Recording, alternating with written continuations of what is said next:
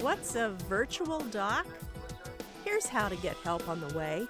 And kids, we've got safety tips for you. Stay safe, keep healthy. Here's Lifeline.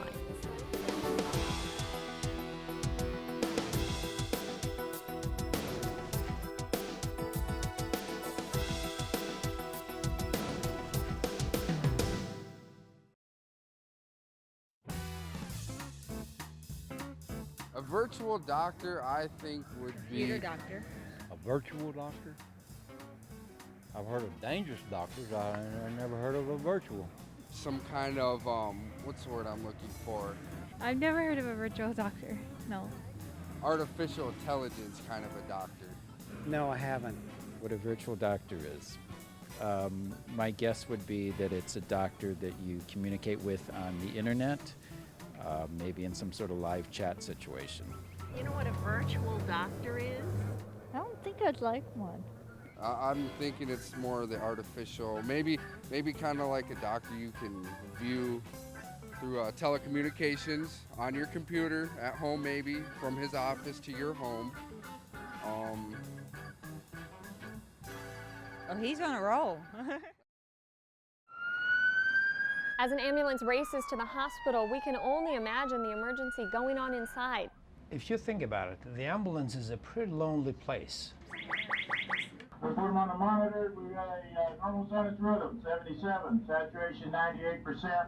Technology will soon add another partner to 17 of the city's frontline ambulances. University, we have a 34-year-old male patient. A virtual trauma doctor will assess the patient and direct care long before the ambulance even reaches the hospital. Put him on oxygen, nasal cannula, give him a nitroglycerin. Paramedics often speak of the golden hour, the window of time for emergency treatment. We can do this to golden minutes. We can do them within minutes. Within minutes, the 911 is not 1 hour service. It's minutes. So we're just going to mitigate the 911 service, and we're going to have now video, data, voice access to the patient. Absolutely, golden hour is going to be history. Cameras are inside and outside the ambulance. They provide a look at the seriousness of a crash scene. With that, they can look at how the vehicles collided, and that can help the doctors assess how the collision happened and what's the possible injuries in the patient, and that will speed up their processing. A combination of wireless, Wi-Fi, and fiber technology make ER Link possible. Much of the technology already exists in Tucson's streets. The development of this communication network was part of the Department of Transportation network that we used when we were building streetlight systems or traffic signal systems. Tucson is on track to provide the first ER Link service in the nation. What was he doing when this happened? ER Link covers the city with a $1.6 million congressional grant and matching city services. Plans are for the project to jump city limits and into the Northwest Side Fire District sometime in the future. Patient is conscious, alert, and oriented. The technology is creating change both in the hospital and on the scene. We're coming into the 21st century without a doubt. This is far beyond anything that we've done in emergency medicine ever. The greatest obstacle to getting to this point has been the policies and the interactions and the assurances to the medics that the technology is not going to interfere with their ability to do their job, to get the doctors comfortable with using the technology, and just bringing everyone together so that they recognize that this is going to be a value and a benefit to the community. What is your ETA? Officials see the technology not only providing patient data, but other resources, such as Homeland Security and mass casualty information, even inventory reports. So all of these technologies, applications to the technology, will enhance our efficiencies and economies of healthcare, pre-hospital healthcare, so that we can keep these units in service, running, and taking care of the increased call load. That's really what our goal is to make this system as efficient as possible so that we can see as many patients as possible and not have to continually add units to the system, because that's a huge expense for the fire department. Medic 14, fire alarm. Experts say virtual doctors could pop up in remote areas of the world where healthcare may not even exist. But for now, the city of Tucson and doctors at University Medical Center are the first traveling the technology track. And now when a child is sick or injured, they will have a future because we can bring a virtual doctor out with the Tucson Fire paramedics. It will change the way we practice medicine.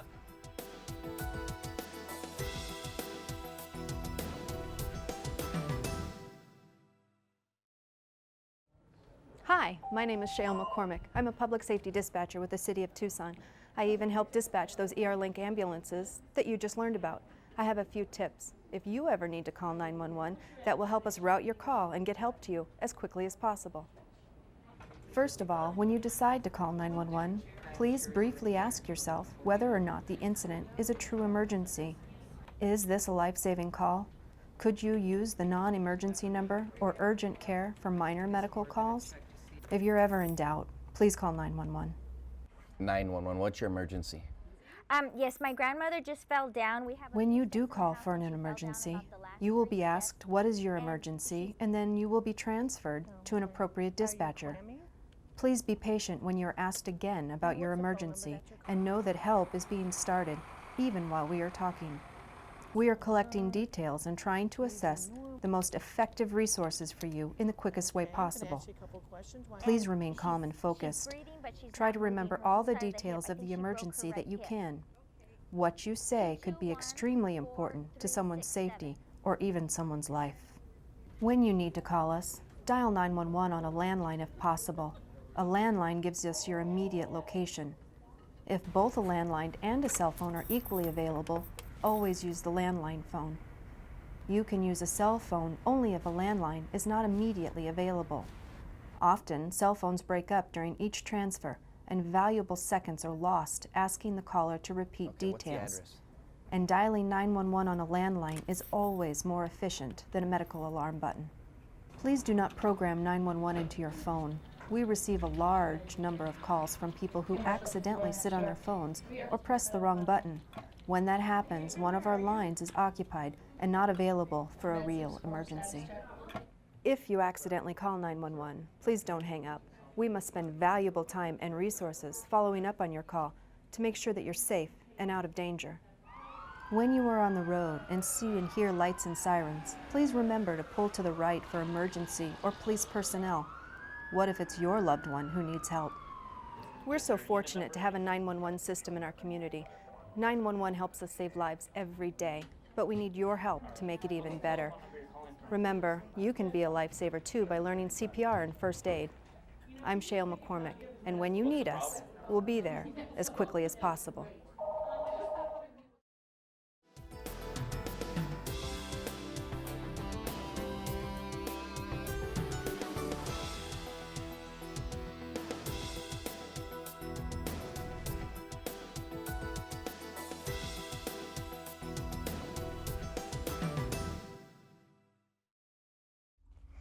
Hi, my name is Kayla. And I'm Rachel, and we're Safe Kids, and you can be one too. Before you go anywhere, check with an adult in charge. Can I please go to Harriet's house? Be sure they know where you are going and who you will be with. All right, be careful. Leaving your name, address, and phone number in case of an emergency. Do you know how to dial 911 for emergencies? If you're not sure it's an emergency, just dial 911 anyways. It's safer and more fun to go places as a group. If you get lost, freeze and yell your parents, Rachel, Mom, or your friend's name. Don't wander, stay where you are. Do you know what power no is? Say power no like this. No! If someone tries to grab or hurt you, you're not my mom, you're not my dad. You can kick, fight, scream, and yell. And say power no like this. No! You can also use power no when kids have drugs, guns, or play with fire. Or if someone bullies you. When you're home alone, keep the doors locked and let the message machine pick up the phone calls.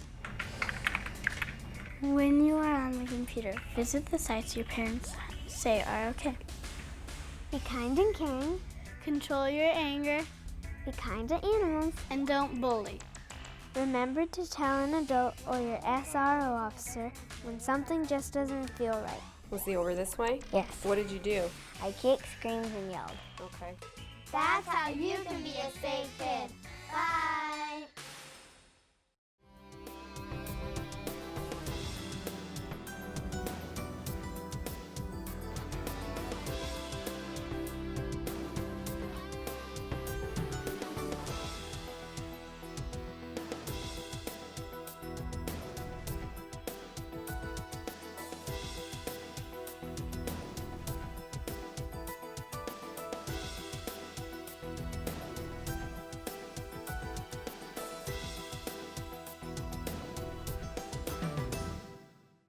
This process is called pulling.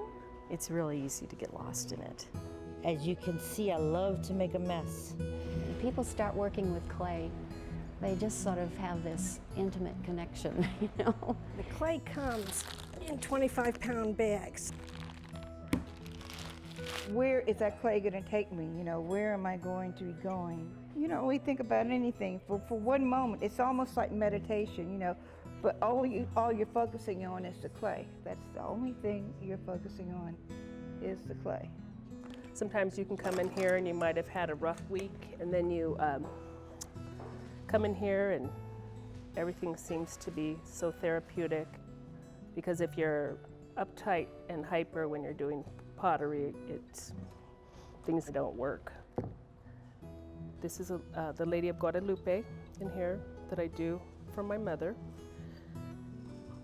Their interests are all different, and they're all doing different things, and so what I want to do is help them find their way on their path. I used to do a lot of snow skiing, and the thing I liked about snow skiing is when you went down the hill, all you could think about was the next thing that you were doing. And this is kind of the same way. It's very much you have to focus on what you're doing, and it kind of gives your mind a rest, and you really have to feel the clay and what it wants to do, and you know, kind of where it wants to go, not where I want it to go. I make extremely large bowls. Take a bowl as a mold, flip it over, flatten at the bottom, pull it around. The clay talks to you, it tells you what it wants to be. You're never in charge. At this point, I'll kind of give it a bit of shape. Okay, now, basically, I've let the clay do what it wants to do. I've given it a little shape, not a heck of a lot. This will dry for a week, and then I'll clean the edges up and fire it. After that, I'll glaze it, and it's finished. And that's how easy I make a big bowl. They're more coffee table type bowls than they are anything else. Could you put potato salad in there? Yeah, you could. You know, would you? Probably not.